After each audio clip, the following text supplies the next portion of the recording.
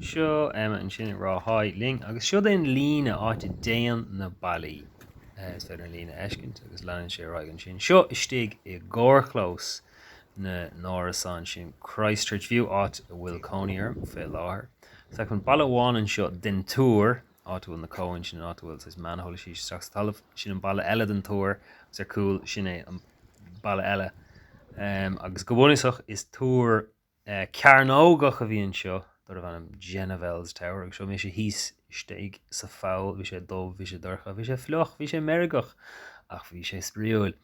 Agus seo mise agus tuair sem mar ruthair ag benúthart so sin balla amháin an sin ar chúil sin an balla is irde atá an tá sé starda eile híos an chuige a ríist tá cinálíon fáin an sin. Tá sé bhíon dechar rudí eiscint tá sé an dorcha híos an ach an balla cúil sin an ceannas irde tócha agus sin balla eile agus an balla chun tosaigh. Ach tá ceir a héamh an Túr Genevel a bhíán anam níocha as banchéile fear gan á stáilm.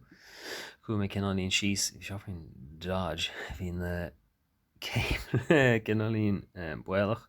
Sin balla cool tá is céimine éagsúil an dúir mar hen tú sús agus tá is puinte brethne an átús go síos beag an ná sleanna gáin nó fanna tú hí san seo go deán an neor I meas na bhrancach. Bhíoh saite agus leictrachas an ach tá siad sin imime chun dunis ar fad tuisc go bhfuil an áitfáilcha martá le fé ru go blian ar daigen.